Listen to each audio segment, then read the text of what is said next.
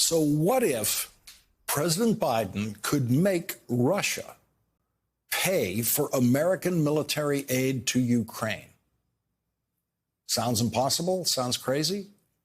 Harvard Law Professor Laurence Tribe's latest New York Times op-ed is titled, $100 billion Russia's treasure in the United States should be turned against Putin.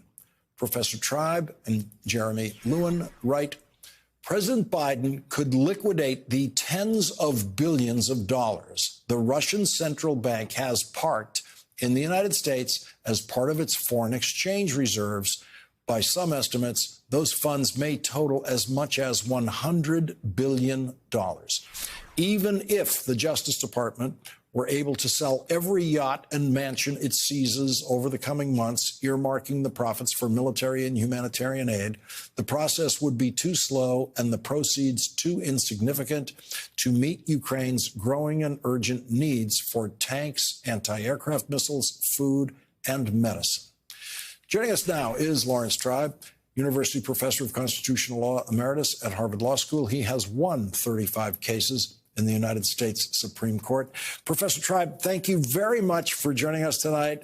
So to clarify for the audience, this is a very common practice for foreign countries. They have massive amounts of American currency, dollars, basically parked in the United States to use as foreign exchange because the U.S. dollar is the major currency in world trade. And the Russian ruble isn't even on the list of currencies used for that. And so the United States already has possession of this $100 billion right now, don't they? We do. We have frozen those assets. And given the savage, cruel, and illegal war that Vladimir Putin is waging against the Ukrainian people, there is no prospect that that money will ever be returned to him. No prospect that it will be unfrozen. And so I looked at the background law, and there's something called the International Emergency Economic Powers Act. It was passed in 1977. It's been amended 7 or 8 times since.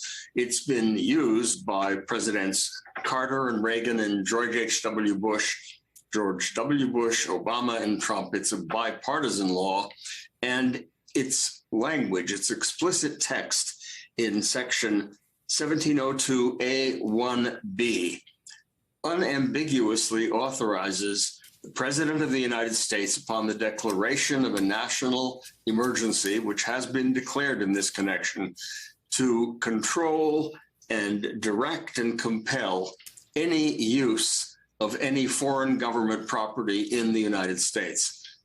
Translated into simple language, that means turning these dollars into humanitarian and military aid, almost $100 billion.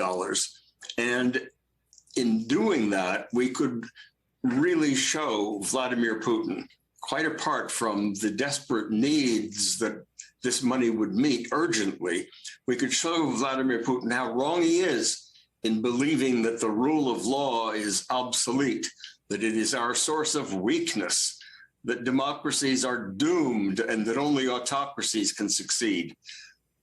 You want to bet? What we can do is use the law, use it literally, to take the money we have already frozen, unfreeze it, and turn it in favor of the Ukrainian people and against the Russian Federation and its invading army. It would be poetic justice under the rule of law to do exactly that. And I'm urging the Biden administration to look closely into that legislative option. Doesn't need a new law passed by Congress, although new laws might help with respect to the yachts and the mansions held by the oligarchs. But that's just the tip of the iceberg. The frozen part of the iceberg underneath is the huge treasure chest that Russia has parked in this country, and it would serve it right, and it would help the Ukrainian people for us to use it in a perfectly legal way. That's what I'm urging. It is a bold choice, and in war, as weeks pass, often the bold choice becomes the choice of the day eventually. I can see where they're not there yet. But if this were to happen, does the law provide an opportunity for the Russian government to go into an American court and somehow protest this? No. Our sovereign immunity is overcome by the International Emergency Economic Powers Act. They could go into court, they would be kicked out. But even if the doors of the court were opened, they would have no case because there is nothing illegal about this. It's authorized by our law. It's consistent with our Constitution. The rights of private individuals, of oligarchs, if you will, are not involved. Russia is not a person.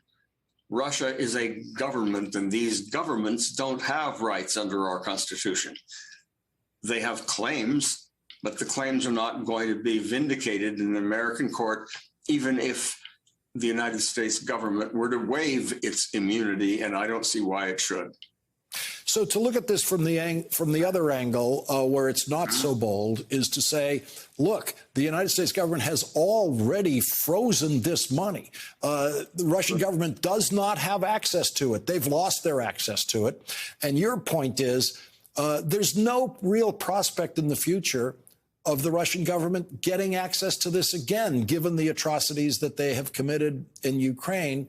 So why not take the step right now to activate that money for the benefit of Ukraine, and framed that way, it doesn't look so radical.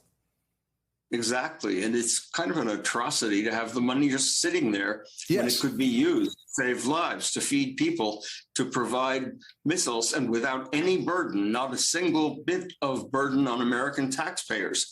So that unlike the money that we are now sending, which will eventually find its way into the sort of amount the Treasury has to collect from American taxpayers or into our national debt, this money is conveniently provided for us by Russia. It sort of reminds you in an odd way of the idea of Mexico paying for the wall. This is Russia paying to push back against a completely illegal genocidal war that is utterly without justification. It's a perfect storm, and it really ought to be done.